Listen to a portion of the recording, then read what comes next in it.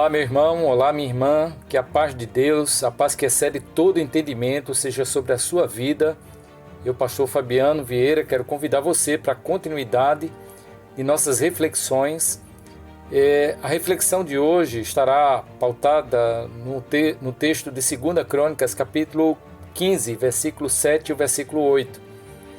Que você possa acompanhar a reflexão. E meu convite é para que você também acompanhe todo o contexto, todo o capítulo 15, capítulo 14 de 2 Crônicas. Lá nós vamos encontrar a história do rei Asa. Então eu quero que você, dentro da sua possibilidade, esteja aí observando esse texto. Assim diz a palavra do Senhor: Mas esforçai-vos e não desfaleçam as vossas mãos, porque a vossa obra tem uma recompensa. Ouvindo, pois, Asa essas palavras e a profecia do profeta Odebe, cobrou o ânimo e tirou as abominações de toda a terra de Judá e de Benjamim, como também das cidades que tomara nas montanhas de Efraim, e renovou o altar do Senhor, que estava diante do pórtico do Senhor. Queridos, Asa foi o terceiro rei de Judá após a divisão do reino, e ele foi considerado um rei que fez o que era reto perante o Senhor. 2 Crônicas, capítulo 14, versículo 2, faz menção quanto a isso. Asa reinou 41 anos sobre Judá em Jerusalém.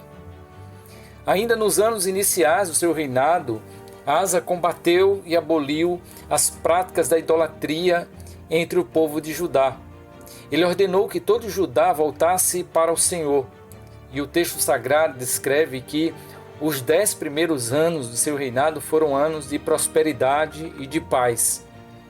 Foi um rei que nos primeiros anos pôs também a sua prática, na sua confiança em Deus. A confiança em Deus é vista diante da batalha que ele tem. No capítulo 14, versículo 11, ele ora ao Senhor e a sua oração mostra a sua confiança em Deus. Ele diz o seguinte: Senhor, não há ninguém como tu para ajudar os fracos contra os poderosos. Ajuda-nos, ó Senhor, ó nosso Deus, pois em Ti pomos a nossa confiança, e em Teu nome viemos contra este imenso exército. Ó Senhor, Tu és o nosso Deus, não deixes o homem prevalecer contra Ti. Os versos que antecedem, queridos, o texto dessa manhã, nós temos ali a mensagem que Deus envia a todo Judá por intermédio de Azarias.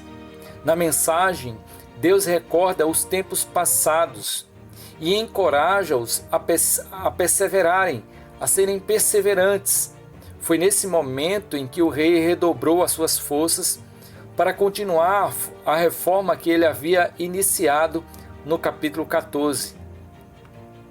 Aqueles dias, amados irmãos, foram dias marcados por uma volta em massa para Deus, através do arrependimento, da confissão e da renovação do compromisso de fidelidade e dedicação ao Senhor.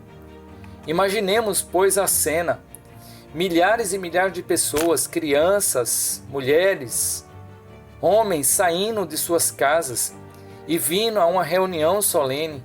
Em praça pública, eles estavam ali confessando suas culpas, reconhecendo seus pecados e estabelecendo uma aliança com Deus. Cena como essa aconteceu em muitos dos avivamentos nacionais, tanto bíblicos quanto extra-bíblicos.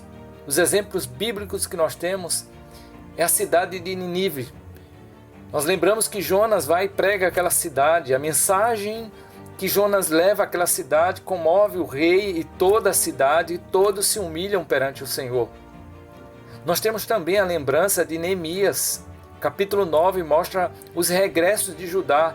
Nos dias de Neemias, se ajuntam também em praça pública e confessam os seus pecados e assumem um compromisso de aliança com Deus.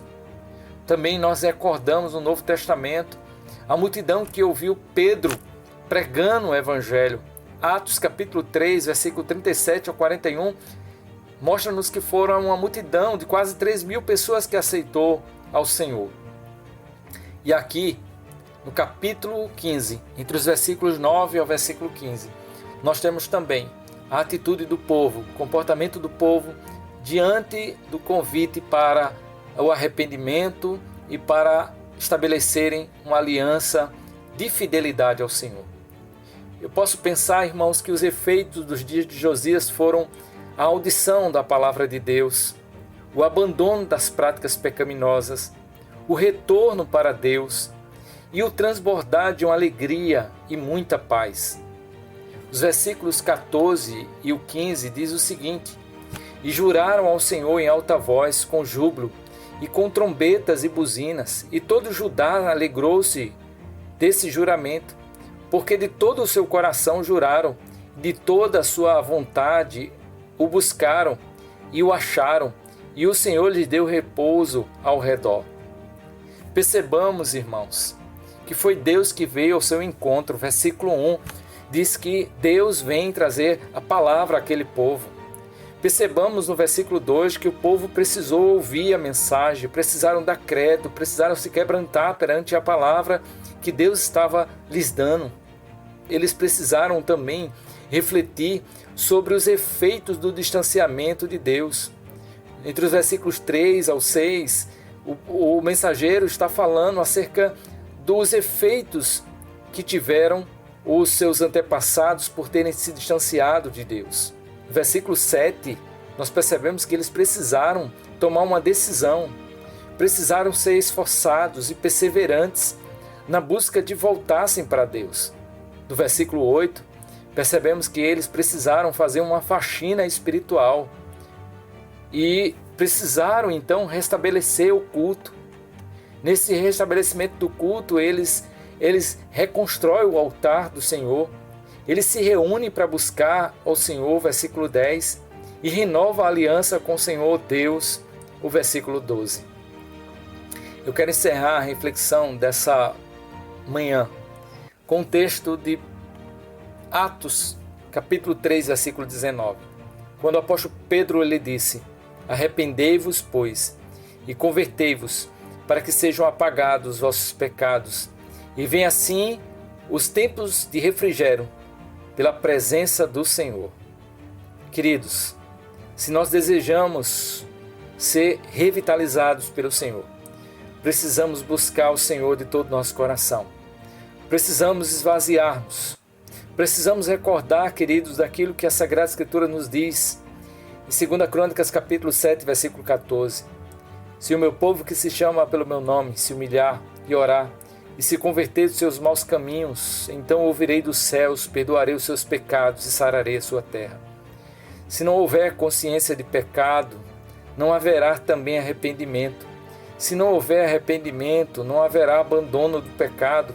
Se não há abandono de pecado, queridos, não há comunhão com o Senhor, porque o pecado causa ruptura entre nós e o Senhor.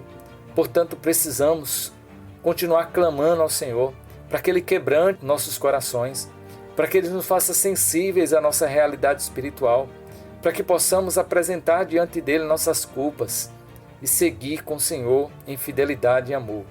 Somente Deus pode promover um poderoso e rico avivamento sobre a Igreja do Senhor e, consequentemente, sobre nossa nação. Oremos ao nosso Deus. Pai querido, Deus de amor, Deus de toda infinita e eterna misericórdia, diante do Senhor queremos colocar nossas vidas mais uma vez, dizendo, Senhor, o quanto, Senhor, reconhecemos a grandeza do Senhor, a soberania do Senhor, a beleza que há, ó Pai, em Ti, em todos os Teus atributos, a perfeição do Teu caráter. Queremos confessar diante de Ti nossas culpas, queremos Te pedir perdão e queremos Te pedir, Pai, que o Senhor faça-nos a cada dia sermos homens e mulheres que andam segundo os Teus preceitos e a Tua vontade. Ó Deus, essa pessoa que não tem mais ânimo e alegria, Pai, nós Te pedimos renovo espiritual sobre a vida da igreja. Estamos esse dia clamando por isso, pedindo, Senhor, aviva-nos para uma vida de testemunho, de santidade, de obediência, de proclamação do reino. Aviva-nos, sopra sobre nossas vidas para que possamos continuar seguindo com mais intrepidez, com mais zelo, com mais ardor em nossos corações. Oramos agradecidos em nome de Jesus. Amém. Meu amado irmão, continue conosco refletindo. Nós estamos nessa série de reflexões. Se você ainda não se inscreveu, quero pedir para que você esteja se inscrevendo no canal. Se você ouviu a mensagem até o finalzinho, dá aí o clique, dá o ok. Isso vai ajudar bastante para que a mensagem ela seja disseminada, a mensagem ela possa expandir e alcançar outras pessoas. Nós precisamos muito disso, de alcançar outras pessoas. Esse é o propósito desse ministério, é o propósito desse canal. Que a bênção do Deus Todo-Poderoso esteja sobre nossas vidas, sobre a sua vida, sobre a minha vida, que possamos juntos fazer um trabalho grandioso para a glória de Deus e o nome do Senhor seja glorificado através daquilo que Ele tem falado aos nossos corações.